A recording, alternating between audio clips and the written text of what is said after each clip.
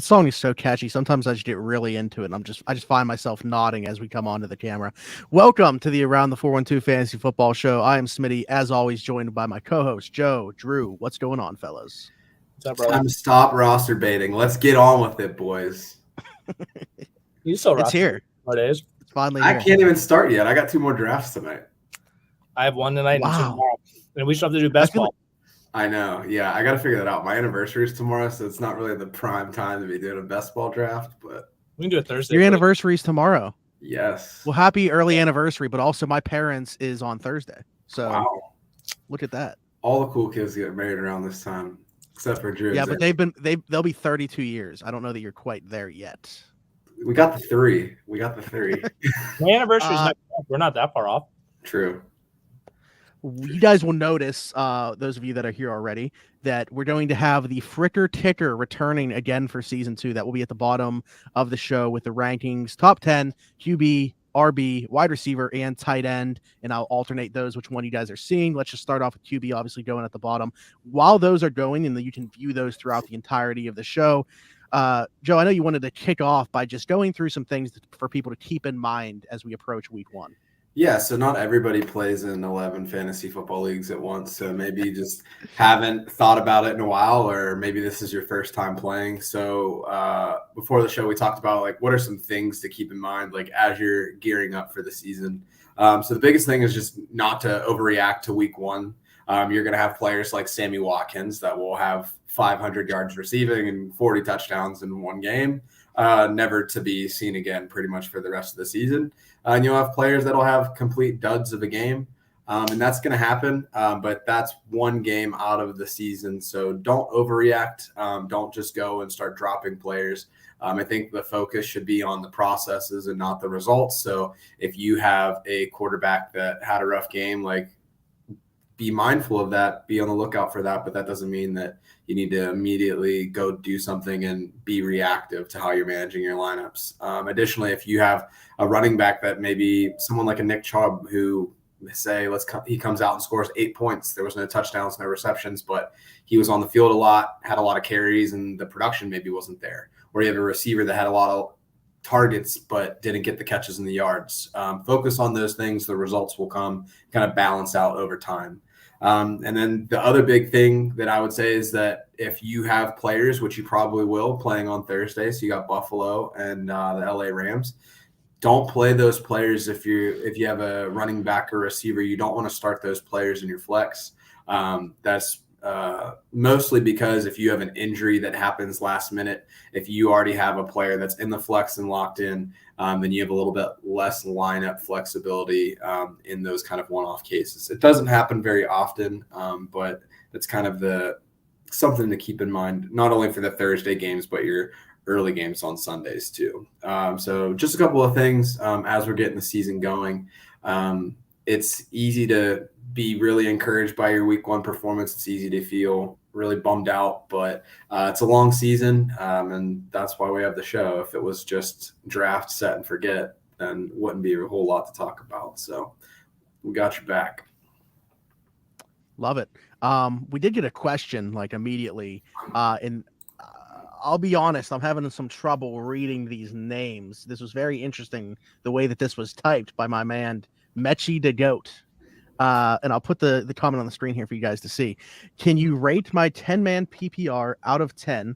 Herbert, Najee, Montgomery, Carter, Penny, Debo, Waddle, McLaurin, Renfro, Cooper. I'm assuming that's Hardman, like Mecole Hardman, and Knox. So tight end Dawson Knox. I thought he was calling him Hardman Knox, not. Maybe I'm way off base here and thinking those are two separate people. But okay, the way that I'm looking at it, so Dawson Knox is the only tight end on this roster.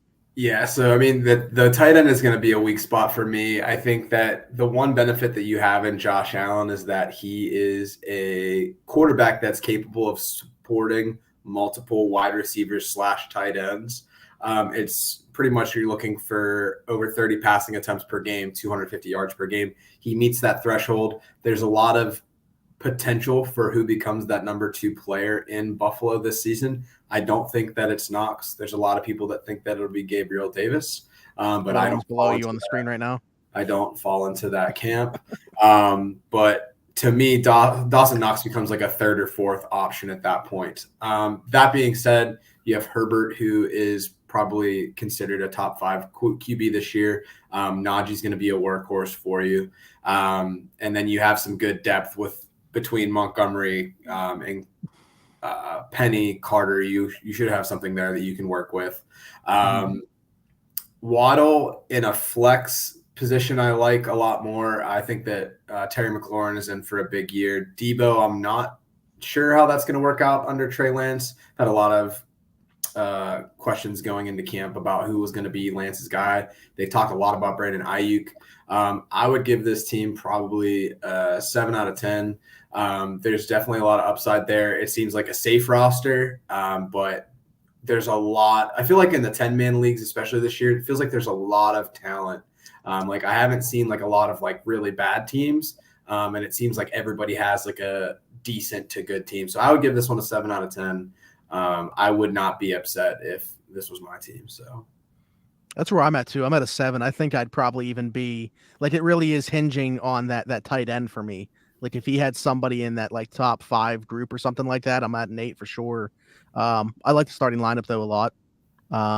Like you, I think that Waddle is probably best suited to be a flex play. Although if he ends up being the guy for Tua and it's Tyreek Hill on the outside looking in, obviously that upside is tremendous. Yeah, absolutely.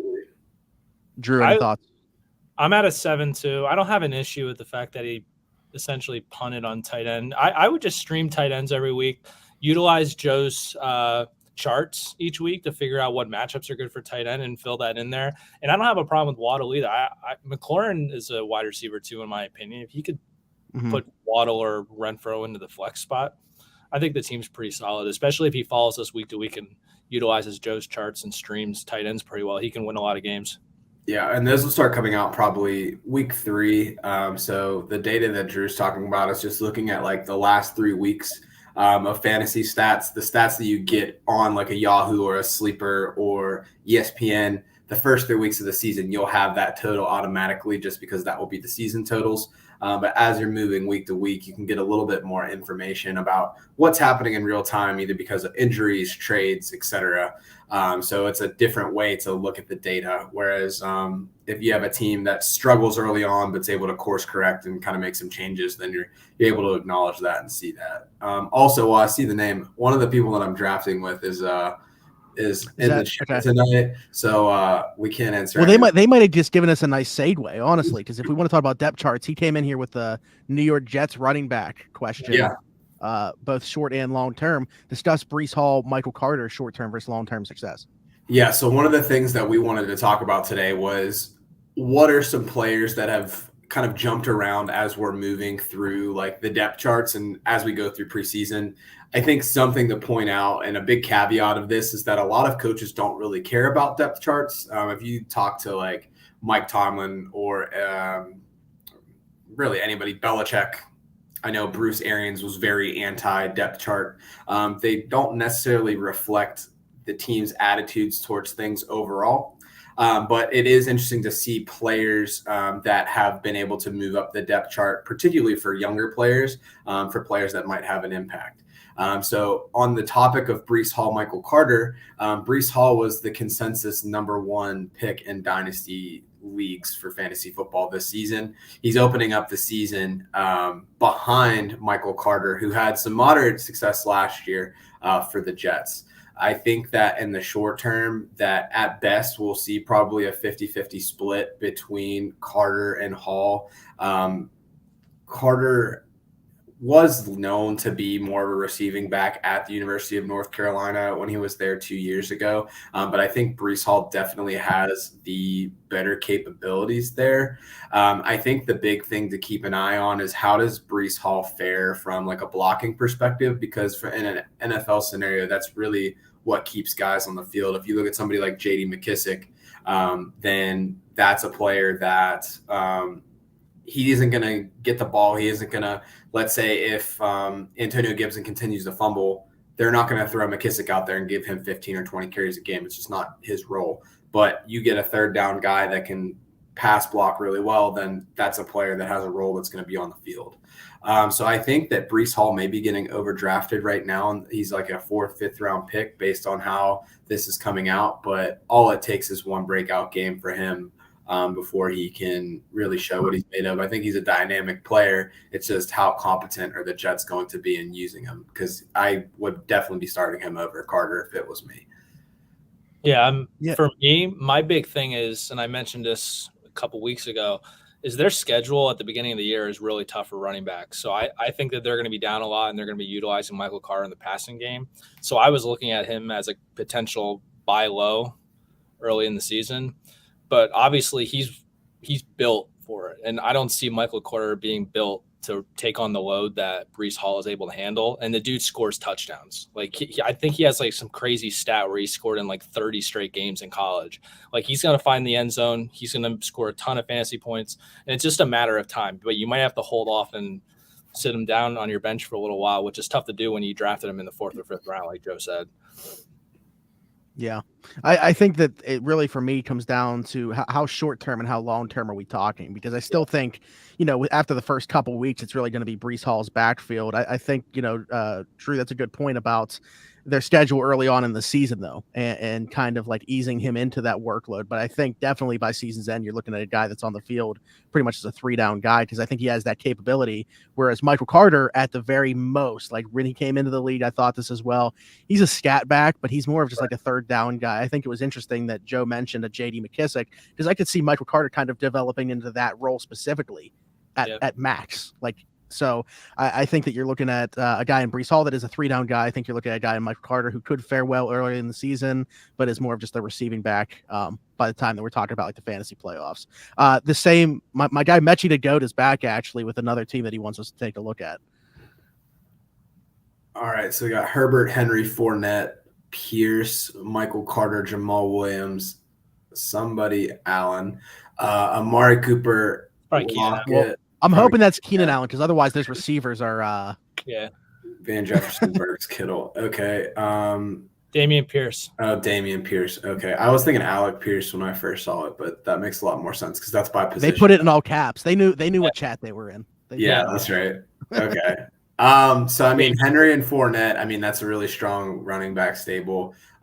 Keenan Allen's been a top 1 or a top 12 wide receiver for 3 years in a row now. So I think that is like a very strong first couple of rounds there.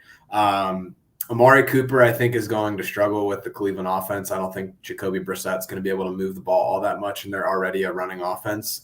So I would be looking to upgrade from a wide receiver too. We all know how Drew feels about Tyler Lockett, so we won't get into much more detail for that. Drew's already run. He's not getting drafted. He didn't get drafted in my league that I had to draft last Thursday either. So yeah, and then having Kittle as a tight end, I think he'll be more than serviceable. I don't know if he has that top 3 upside that he once used to, but he's definitely a top 5 play. I think if this was me, I struggle. So in a 12-man team, a 12-man league, I don't think that it's really difficult to win a league, in my opinion, by going early for QB as well as going early for tight end. I think you can pick one or the other and try to get somebody later, because I think that I would have rather had another receiver or two in this, particularly because it's a full PPR league, knowing that Henry doesn't historically get a lot of targets, that you're relying on Amari Cooper being able to elevate a Browns offense that doesn't really like to throw the ball, that didn't enable really Jarvis Landry or Odell Beckham to perform at a wide receiver 1 level when they were healthy, or you're relying on Treylon Burks to have more of a breakout. I don't think Lockett's going to get supported by the QB options that they have there, and I think there's just too many mouths to feed for Van Jefferson to be a fantasy viable option week in, week out. He's also hurt. Yeah, he is also hurt. I don't think he's going to play this week. So I would say that the 10 team is probably better suited. I would probably give this one like a 6 out of 10. You're probably going to be relying on those first 3 players that you have there, Herbert, Henry, Fournette, to really carry the load there, which just seems difficult for me in a PPR scenario. I think the thing here that us 3 can agree on is we typically like to play, especially in a PPR league, you want a receiver to be in the flex. I don't think that with this team has the capability to do that with that roster, because we're questioning even wide receiver 2, let alone a third wide receiver that's playable. So it's got to be Dameon Pierce to me as the flex to start the season. And, I think that that's okay. But again, in a PPR league where you'd rather be playing a receiver in that spot, you're at a little bit of a disadvantage. Yeah. I'm sorry. I actually missed one of the it was Chad that came in here asking about the Titans backfield. It's one above that one, actually. Yeah. This was the first one. I think we're both clicking on it. Yeah. With how the Titans offense works, are you more invested in Dontrell Hilliard than Haskins for not just contingency reasons, but as a Madison-esque stash, as a win, not if spot starter? Yeah. Fair questions, regarding Derrick Henry's health here. So yeah. So Hilliard won the backup role throughout camp. They feel pretty good about him. They had quite a few kind of like Jags or just a guy in the running back spot. They drafted Haskins in the middle rounds of the draft. I think if you're choosing between one in a redraft league, Hilliard's definitely going to be your guy there. Haskins has maybe that upside. It's just gonna be harder for him to see the field because they've already established that pecking order. I think if you see a scenario where if Dontrell Hilliard gets hurt, then Haskins would be somebody that's gonna be on my radar. But unless you're in like a 14 teamer or if you're in a league that has like keepers or something like that, I don't think Haskins is gonna be valuable without any sort of injuries for this coming season. I don't disagree, but I have like a different line of thinking with this question. So if you look back last year, when Henry did go down, they still ran the ball the same amount, but it was a committee. I think that Foreman and Hilliard split, and I think it really comes down to who you think is getting the goal line work, which is very difficult to answer that question at this stage of football. But I like them both equally. I think Hilliard would get the passing down work, and if Haskins can get the goal line work, I think that both would be viable. It's just obviously you're not going to get the type of production that you're getting out of Derrick Henry, so they're going to limit themselves to a flex play. So hopefully you're just deeper at that position that you can plug someone in to be an RB1 and RB2, because you're not going to be able to rely on either of them, in my opinion.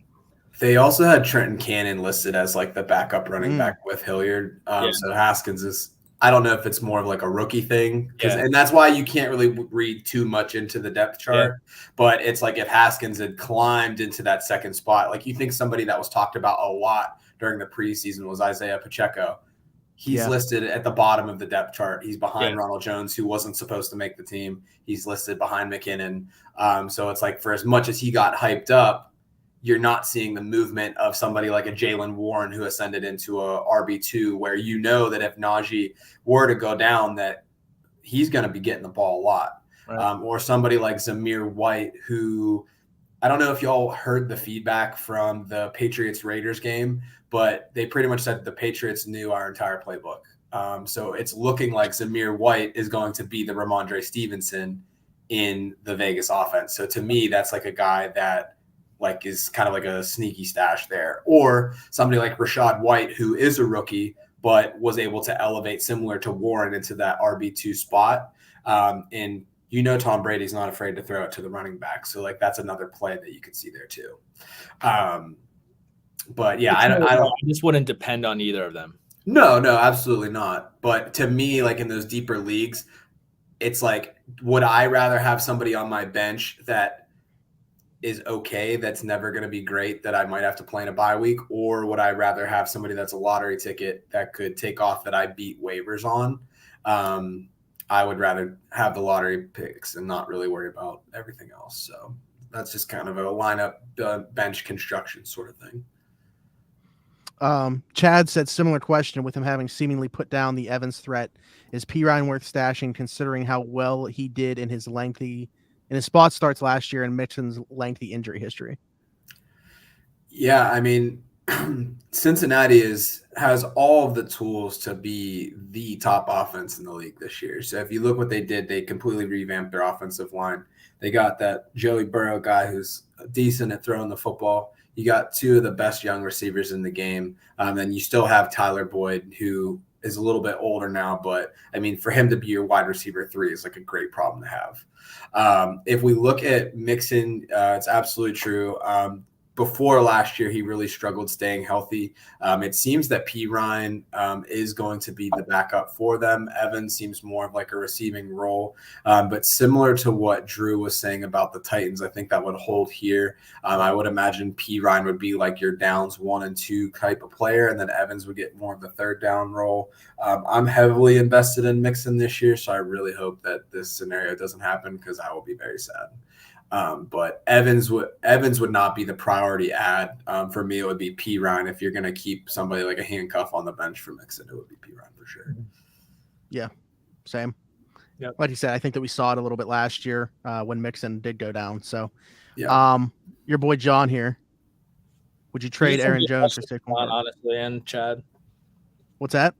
I said these are some good questions coming from these guys. So. Yeah, what's interesting too is I don't know if they were going based off our topics, but like those ones that we were just answering were based off depth charts. Like we're talking about backup guys that could ascend as starters, so it's like perfect. But yeah, John here, would you trade Aaron Jones for Saquon Barkley? I have Jones / AJ Dillon eating into touches debate ensue. Oh man, I love them both. Yeah, I love both players. There's more risk that's with Saquon. So if you can handle that risk, the upside could be tremendous.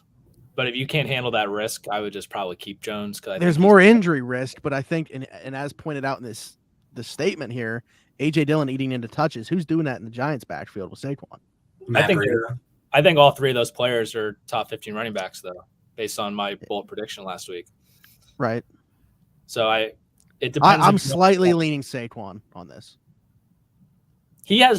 I think he has. I also drafted Saquon upside over Aaron. I got to stick with my line of thinking. I had the opportunity to take both players and took Saquon, so I got to stick with my. Yeah, Saquon has RB1 upside. I don't think Aaron Jones has RB1 upside. I just want to say Aaron Jones just to go against what you guys said in case it shows back up on the internet later. That's not a valid reason.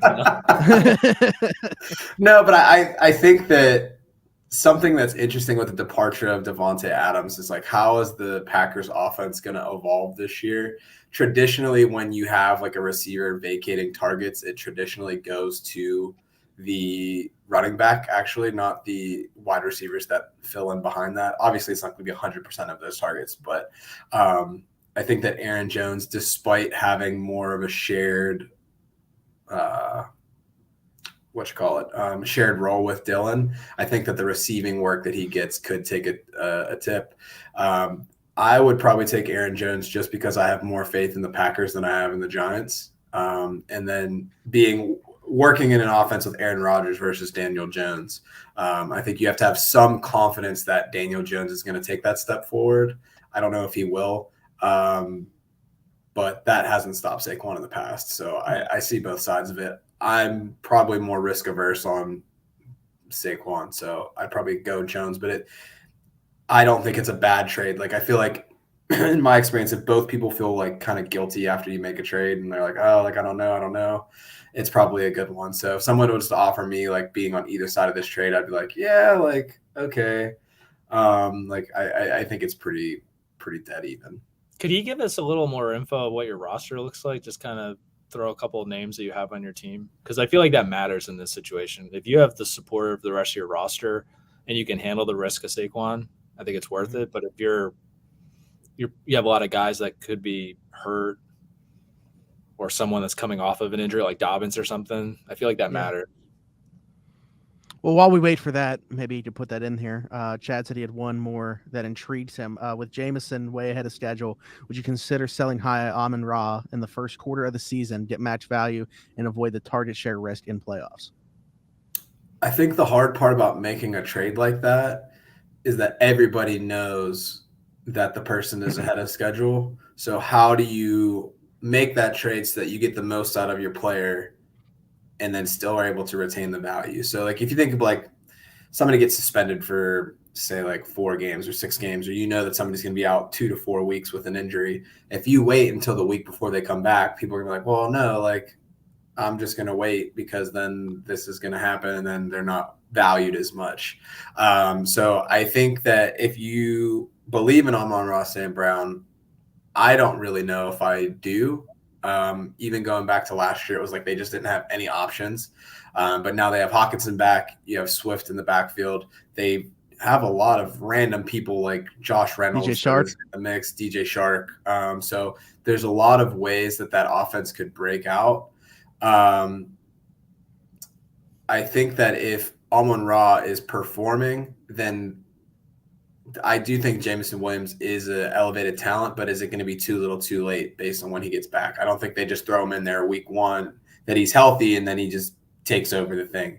It's going to be a slower progression. He has to get up to game speed, has to learn the playbook, has to see game action because there's not really one way to do that without just throwing him in there. So he could be somebody that it might take the whole season or you're waiting until next year to really reap those benefits. So in a redraft league, if you think that Amon-Ra is able to do that and he is showing in the first quarter of the season that he is able to hold on to that, to me, I'm fading, say, like TJ Hawkinson more than I'm going to fade Brown. Just because he's kind of that underneath target and it was a safety valve last year for the team. So I don't know. Those trades are just really hard to pull off, in my opinion. So I wanted to add something here. I'm stashing Jameson Williams in a few leagues in my IR slot, but I'm telling you right now, I do not think he's going to play this year. People forget that he tore his ACL in the national championship game, which happened in January. It's not like he tore it at the end of his college season in like December or November, and he's been rehabbing. It was in January. So the earliest he may come back is November, which might even be too late for you to utilize him, to Joe's point. And for Amon-Ra, I'm an Amon-Ra believer. I like him similar to how I like Hunter Renfrow, whereas I think he's going to get a lot of high percentage throws, completions, and his yardage, but his touchdown equity is probably going to come down. So I don't think you're going to be able to sell him for the value that you're looking for, because last year he was scoring a lot of touchdowns, which isn't what's going to probably happen this year. I think that he's just a solid flex play that you can just keep on your roster all year. And if you just need 15 points, I think he gets you your 15 points. But you're not going to be able to sell him for what he was doing last year because he's just not going to get the touchdown equity. I just don't see that happening again. I don't know, man. He's been killing on Hard Knocks. So if Detroit wins the Super Bowl, then you never know. That's funny.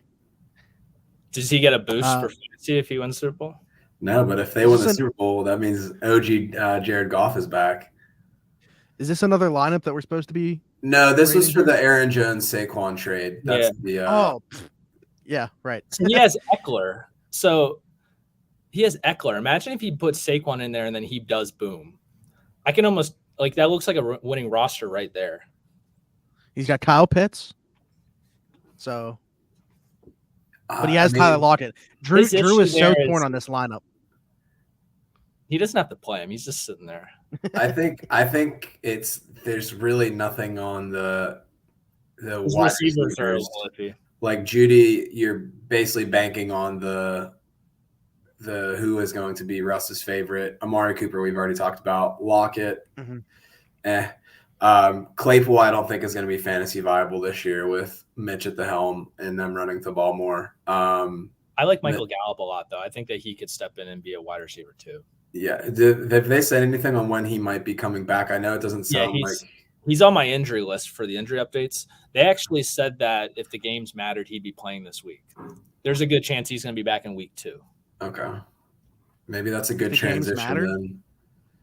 I was just saying, isn't it a Joe, I don't know if game? you had anything more with depth chart stuff. So the only other one that I was going to say was how are y'all feeling about the James Robinson still listed as a starter, expected to play week 1 over Travis Etienne? I get a similar sentiment that I do from Breece Hall, but I feel a lot worse about the Etienne thing because I have Etienne in a few leagues. So it's just does that really matter, or do you think that they use him a lot right away? Use him a lot right away. I don't know about, but my vision with Etienne is almost like a Laviska Shenault if it worked. Etienne is going to get hurt because James Robinson's back. He's on the injury updates. He's playing this week. Yeah, it's going to be that's what we're talking about. I might have missed that part, but it's going to be a split.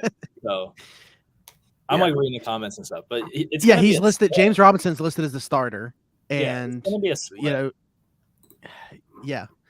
But is that best case scenario for ETN right now that it's even a split? I think that's kind of what Joe's saying. Like, how similarly do we see it to the Jets running back situation to start off? Because you probably got him in the 4th or 5th round. I have to imagine if you took him, like it could be like in a dream world. I doubt that the Jacksonville offense is going to be this, but it turns into like a Mark Ingram and Alvin Kamara situation. I feel like it's Cam Akers and Darrell Henderson. That's what I view it. If that becomes a committee, and ETN would probably be the Henderson role, which is not very encouraging. Well, this doesn't help my team, so I'm gonna just ignore that. I was drafting him with the expectation that Robinson wasn't going to play. So and that it's just a complete shocker that he's coming back from torn Achilles this early, in my opinion. I know that Akers did it, but he tore it in week 17 last year. Didn't get to work out all offseason, really. James Robinson feeds off of the doubts of the people, man. Every time the people try to count him out. They spent a 1st-round pick on ETN and they've already lost 1 season of that. Yeah, but Urban Meyer drafted him and he's a moron. That's the problem. Yeah, you can't go off of the draft position when. I mean, Trent Baalke was still there though. He's the one that drafted him. I know Urban Meyer was the coach, but I see it as a LaShawn McCoy and Sproles, if it works. And if ETN is Sproles, most of his fantasy production came from running kicks back. Sometimes he'd have those random Danny Woodhead like. Yeah, when McCoy was out. Though. What a name! Yeah, Danny Woodhead. All right, Drew. What do you got for us on the injury docket for this week? So we already discussed James Robinson and Michael Gallup. The last 2 are just J.K. Dobbins and Chris Godwin. I'm still very, very, very concerned about J.K. Dobbins. I don't have any equity of him, and I'm in my rosters. I think that Mike Davis is going to be a thing early on. I'm a little worried about Kenny and Drake eating into it, but I think Mike Davis is going to be a thing. And if you drafted J.K. Dobbins, I hope that he's not someone that you feel like you need to rely on, because I just don't see it. That video just came out where he looked like he was limping after that. Like the blocking video or whatever. Yeah. That was tough to watch because he was just walking away. It shouldn't even have been a thing. That's tough for me. So J.K. Dobbins, he might not even play this week. It's tough. Same. Chris Godwin, I think, might play this week. That was the other one. They said he was out of the brace, so he's got to be feeling pretty confident about it. It'll be interesting because when he tore his ACL, was that in January as well? Godwin was. I feel like that was December. Okay, but I'm not 100% sure. Gotcha. But yeah, that would be huge just for that offense overall.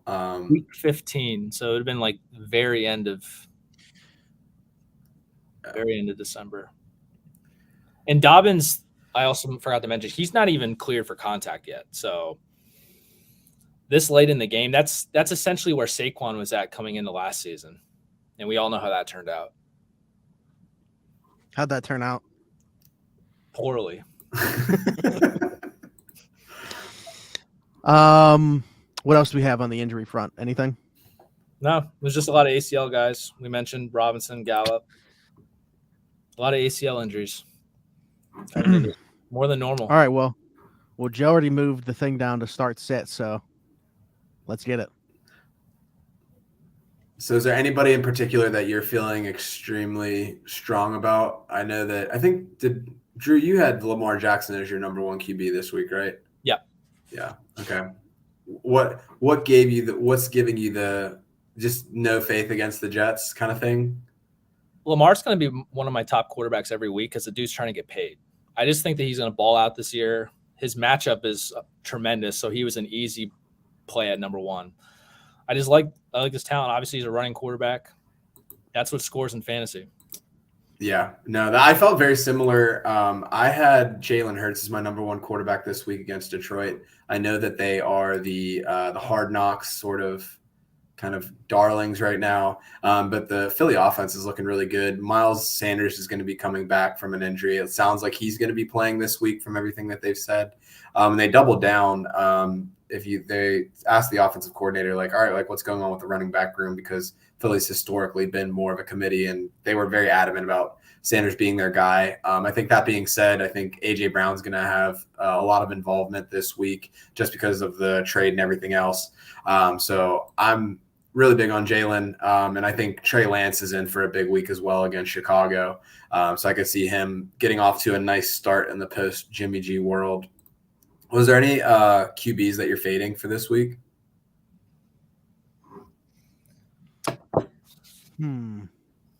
I mean,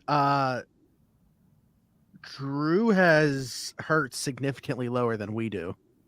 Yeah. This week. That could have been a rush job, honestly. I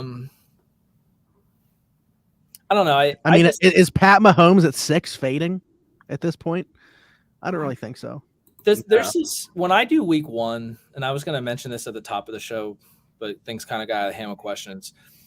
I typically look at the entire slate, and I'm just like, these are the matchups where I just think that they're going to hit their over, or they're going to be scoring like 50 total points, and I just try to target those types of like players from those games. So I just think that the Eagles and Lions game is going to be lower scoring, so I faded Hurts a little bit for that. I like Derek Carr this week because I think that the Raiders and Chargers is just going to blow it out.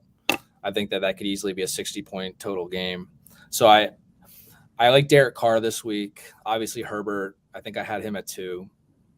I kind of like the Packers and Vikings game, but I'm just a little concerned about Rodgers. Like, he came out today and mentioned that he's really high on Christian Watson now. He basically did the same thing he did with Romeo Doubs, and I just feel like at this point he's BSing everyone. He's just trying to hype up one receiver to show up. I just don't think that there's anything there. Probably just high. Yeah, he's drinking that tea. I mean, it's just stuff like that. I have Mahomes at 6, but going up against the Cardinals, I think that could be a higher scoring game. So I might rethink that later in the week. I think Murray and Mahomes could. No, you have Mahomes at 4. Oh, who at 6 then? I have him at 6. Oh, okay, yeah. So that makes sense then. I'm trying to target guys that are in this Bills Rams game, the Chiefs Cardinals, Raiders Chargers, Bucks and Cowboys. I like if you can get players from those matchups, I think that no matter what, you're going to score some fantasy points just because there's just going to be so much scoring. Okay. Running back wise, I don't know that there was anything necessarily a surprise. I think we had a lot of the same names. It was just kind of the order. The one name that had differently was Javonte Williams. That should come as no surprise with him. Yeah, I just need that to happen. Yeah. If it doesn't happen, it's screwed, so. That's fair enough. And it could work out. I mean, you have the revenge game against Seattle. I don't really put too much stock into like the revenge game thing. I don't know if there's stats surrounding like whether it's better or worse. Somebody that I faded this week that I know that y'all were high on, it's going to be a consensus high, is Derrick Henry against the Giants.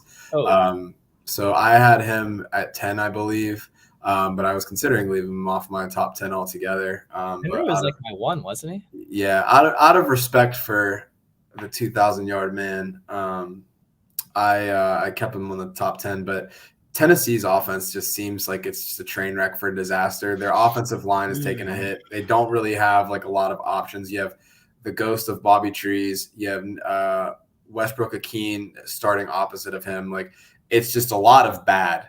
Besides the O-line, though, that's literally why I have him at 1. I just think that he's going to have like 30 carries this week against the Giants, which is nothing to be scared of. Yeah. We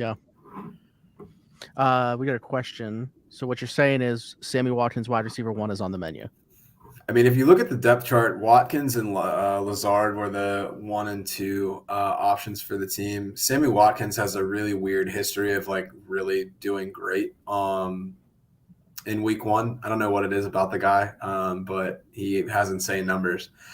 So he is somebody that I think, even we were talking about it earlier in the week, Drew, you were saying that like Sammy Watkins, like his DFS like play is higher than you would probably see him any other week just because of that history. Yeah, his price was at 4,700. I was shocked by that, but he is still in my DFS lineup, all of them, because he's going to put up 50 this week. I put my anyone else huge on Fournette? Is this for this week or season long? Yeah, I think season long. I like him. Yeah, I think season long he's going to do well. I don't think for this week in particular, Dallas's front seven's pretty gnarly. I anticipate them trying to air it out a bit.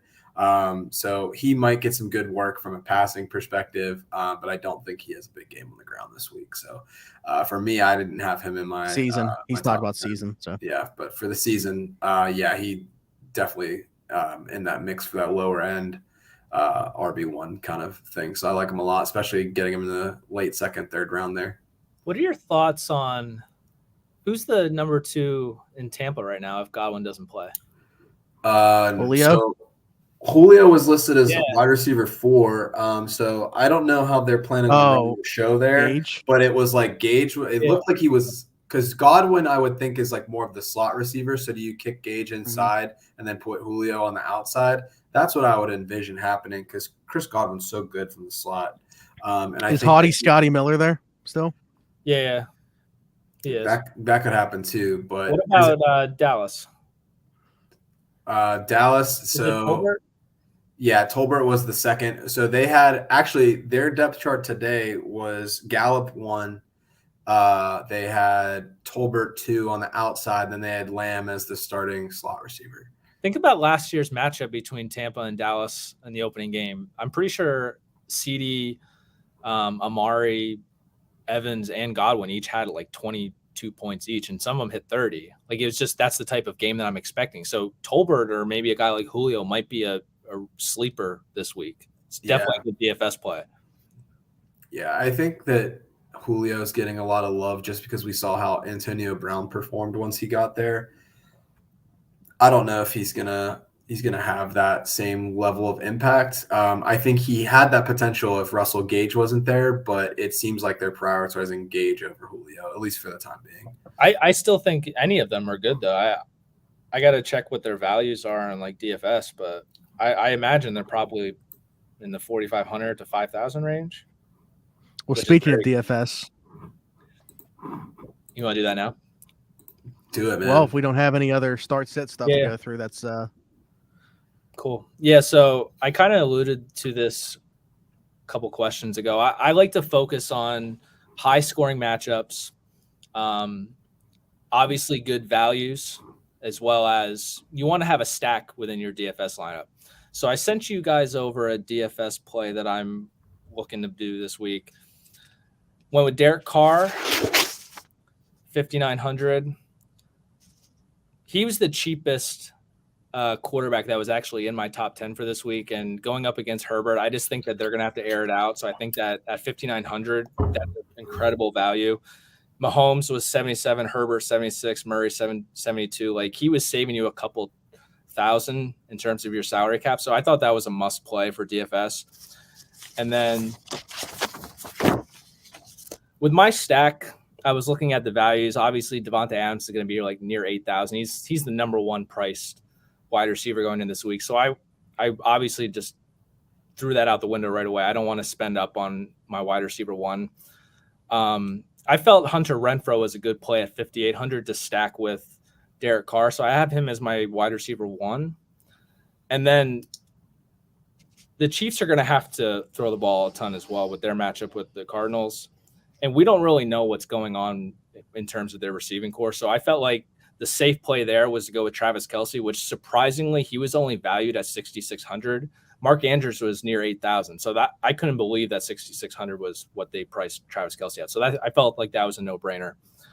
And then obviously, we'll just knock this one right out of the way. 4,700 for Sammy Watkins. He's going to put up 50 points. He might win you a few thousand just by himself. So Sammy Watkins. And then I started to realize that after I went through those guys, I wanted to knock out my defense right away just so I can get a good gauge of how much I had left in terms of my salary and like average for each position. I think that the Browns are going to get handed to them this week. I think that really they're going to play for Baker. And when you pick a defense, you want a defense that's going to get sacks and turnovers, and you want to hit on your defense and make sure that they score a touchdown. I think that the Panthers are going to come out swinging at home against the Cleveland Browns, and that they were the 8th ranked salary defense. So I saved a ton of money by picking the Panthers. I'm sure you did. Bro, that's crazy. What? They're going to play for Baker. I'm telling you. I feel like you could go either way, though. Yeah, Jacoby Brissett is not going to light it up against them. I just feel that. If I'm wrong.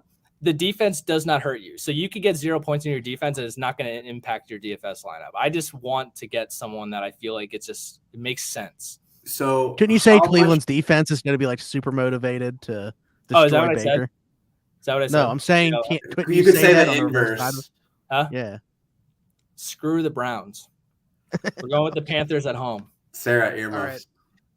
Right. Panthers at home.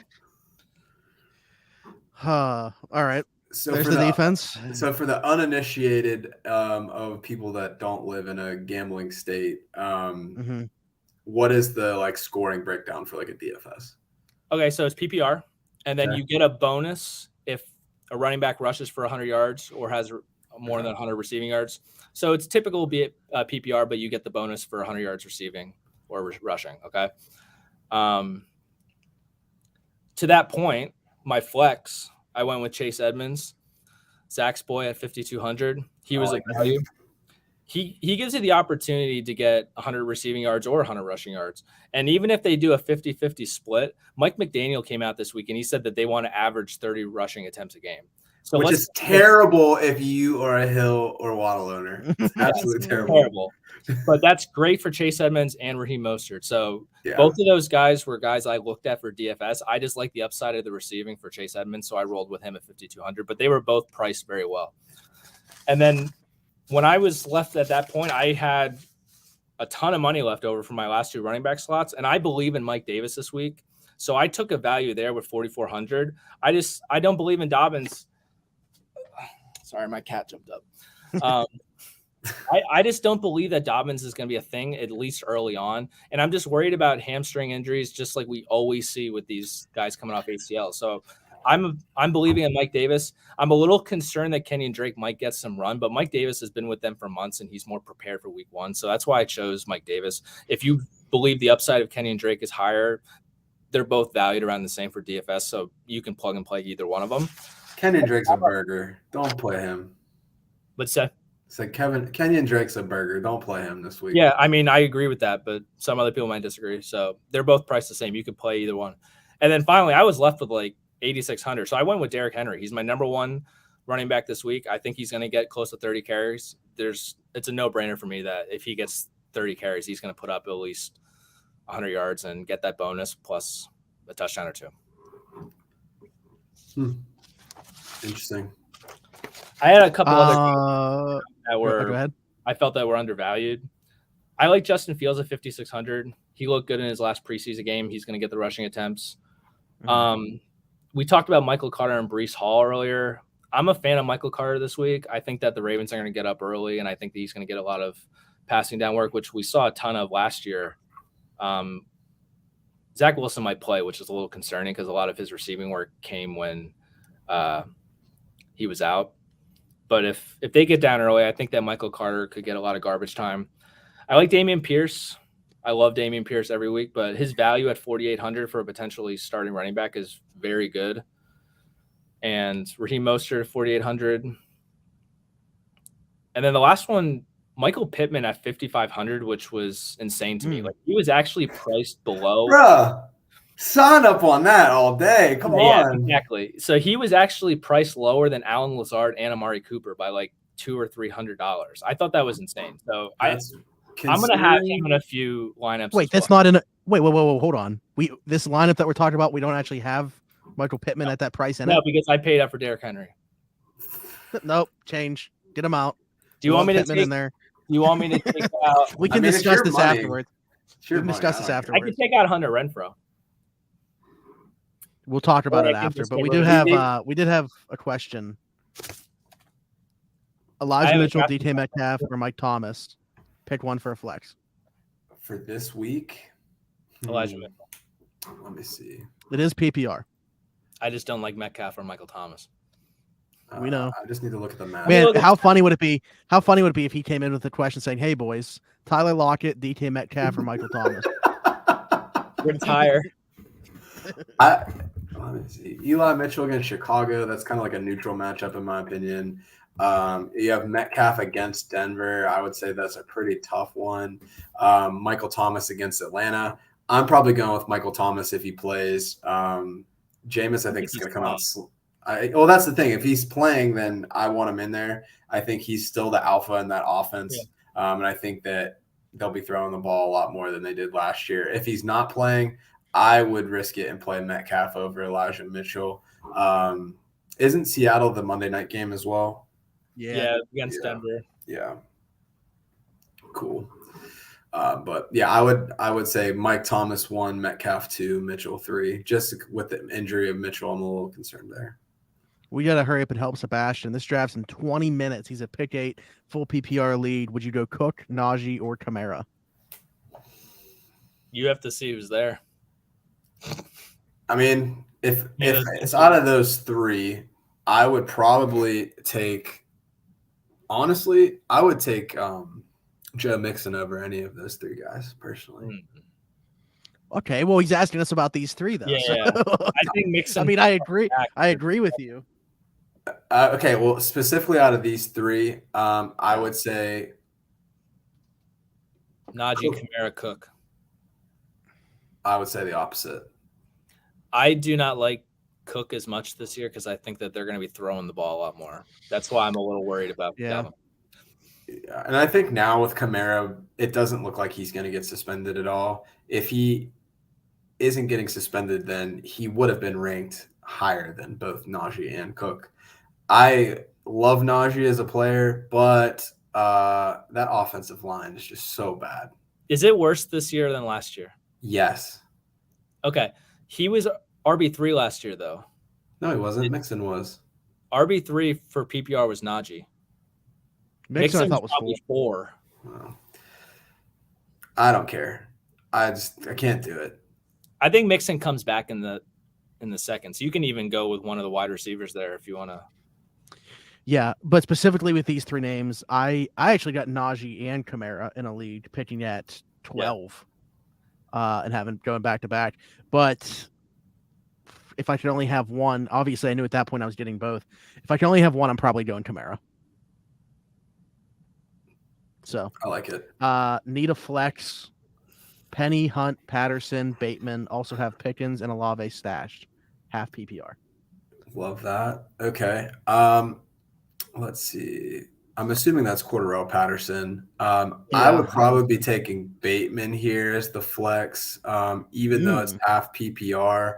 I think that he has a lot of upside, and he's going to be getting the ball thrown at him a ton. If you look at what Marquise Brown did in the first half of last year, he was like wide receiver 13 in the first half of the season before injuries kind of derailed things for that offense with Lamar having a lot to prove. LeBron probably having a lot to prove as well. I like Bateman here. The other thing I will say too is that when I'm thinking about my flex, it's also about like what is the projections based off of what's going to happen with the matchup. Like Bateman is more of the home run play for me. Penny is probably the safer play. So if you're expecting to win, I'd probably lean Penny on Monday night. If it's looking like more of a toss up, you need a little bit of extra love to get things over the hump, then probably play Bateman. If Michael Thomas doesn't play, I'm actually kind of interested in Chris Olave. I have him down as one of my sleepers of potential DFS plays. I like Bateman's the safest in my opinion. I just think that he'll get enough work to cash in. I kind of like. I'm here. I'm on Penny for week 1, to be honest. I kind of like Kareem Hunt just because of they're just not going to throw the ball. I just think that Chubb and Hunt are going to get a lot of work. I'm on Penny until I see Ken Walker III be Kenneth Walker from Michigan State. Ooh. If he sneezes, I'm definitely not playing Kenneth Walker. Christian Kirk or Antonio Gibson in the flex. That's interesting because of last week's. Yes. Yeah. Ooh. I would give a similar sentiment, honestly. I think Gibson has the higher floor just because he is the predominant ball carrier on that team. McKissick is the backup, and he's not really a ball carrier. So with that in mind, he should get a good amount of touches. If you look at like his carries per game last year, it was top 5 per game in the league. So I would probably feel more comfortable starting Gibson, not knowing what the Jacksonville offense is going to look like with all of these moving parts. They could pepper Kirk early just because they gave him that huge deal, or it could get spread around a lot and it might not really live up to the hype. So I think Gibson's the safer play. I'm probably playing him this week. Yeah. And to answer that one question, Kenneth Walker definitely is out. That's why I made the joke about his hernia. If he sneezes, he's probably in a lot of pain. Yeah, which is why I'm not talking about just week one. Like, I feel pretty comfortable playing Penny until we see Walker on the field and playing well. So, anything else? I'd love to get some more questions. Start sits. Coming back from Joe, do you have any start sit? Do you have any start sits? I don't have anything off the top of my head. I would say though, if you do come up with questions or you think of anything, shoot us a message or tweet at us at 412FF show. Happy to answer those throughout. I have one actually, because I feel pretty good about both of these receivers, but so I have 4 really good receivers on this one team I feel good about. Deebo Samuel, Terry McLaurin, Brandon Cooks, Chris Godwin. So obviously I'm only playing 3. It's only 1 flex. Right now I have Brandon Cooks in that flex. Would you swap that out for Chris Godwin? Could you put it up on the screen? Because I'm more of a visual. No. What were the names again? So like obviously I'm playing Deebo Samuel. Obviously I'm playing Terry McLaurin. Yeah. Brandon Cooks is in my flex right now, but I have Chris Godwin on my bench. I would keep Cooks in there just because he's still ramping up from the injury. He's probably going to be on a snap count if I were to imagine. So I would leave it as you have it. Is Darius Leonard out? You mean Shaq Leonard? Did he change his name to Shaq? Yes. Yeah. Cool. Well, he was getting called by his middle name for a long time, and now is using his first name. Is he out though? He's on the injury list. I don't think he's officially been ruled out. It's kind of like, we may not. So I think it's okay. Hey, we got some questions, so we'll finish up with this. I don't have to actually pretend like I'm asking you that question because I had Cooks in that spot anyway. Swift or Keenan Allen? Swift. As long as he stays healthy, I think he has top 10. Oh no! I traded Allen week for Swift. Oh. Okay. Yeah. I'm cool with that. I don't. I think that Keenan Allen is like a model of consistency. He's on one of the top passing offenses in terms of just like volume. Herbert throws the ball a crap ton. That's a tough one. But Sutton or Judy? Probably Sutton. So, yeah, I mean, last year, Judy I was very high on just in terms of his ADOT. Drew, I actually have been doing some research. Apparently, like the peak ADOT that you want for fantasy football production is 12. Oh. So now you know. But apparently all signs from camp report that like the connection between Sutton and Russ is like very strong. That's constantly his first read. That's his safety read. Something that is interesting though is that if you look at the Vegas lines, Judy actually has a higher over-under for yards on like a prop bet for the year, which this sounds very similar to last year if you think about Robert Woods and Cooper Kupp, where all throughout camp, it was like, Woods and Stafford have this connection, but Kupp actually had the higher Vegas stat line going into the year. The one thing that I will say, and the reason that I lean towards Sutton is that Sutton has been a top receiver before, and he's shown that he has been able to do it. I don't know if this is a reflection of what Judy is capable of, but he just hasn't returned that value yet. So I'll take the guy that's done it once before to do it again before taking somebody that has yet to do that. And he has more touchdown upside. Simple as that. He's a bigger target. He's going to get more targets in the red zone. Judy's by far the better route runner, though. Yeah. But he also has the dropsies. He's like what everybody thinks Deontay Johnson is in Pittsburgh. He's had some tough injuries, though, too, Judy. He hasn't really had a chance to stay on the field. All right. I think that about does it. Right at about an hour this time. Pretty good. We will, of course, be back. Updated Fritter Ticker next week to reflect week 2. Hope you guys enjoyed the return of that. As you guys can see, shout out to Joe for putting it together. We got the topics that are going to be on the side of the screen now going forward for you guys. Leave us a like, subscribe to the channel. Let us know in the comments what you want. Also, as Joe mentioned, you can tweet at us and ask us any questions like that. Sunday mornings, obviously, though, with games starting on Thursday, any time of the week that you want to ask us questions, we will be there. And when I say we will be there, I mean Joe will be there to answer those at AT412FF show. Other than that, for Smitty, for Joe, for Drew, this has been the Around the 412 Fantasy Football Show, brought to you by Keats Barbershop, and we'll talk to you guys next week. Get them dubs.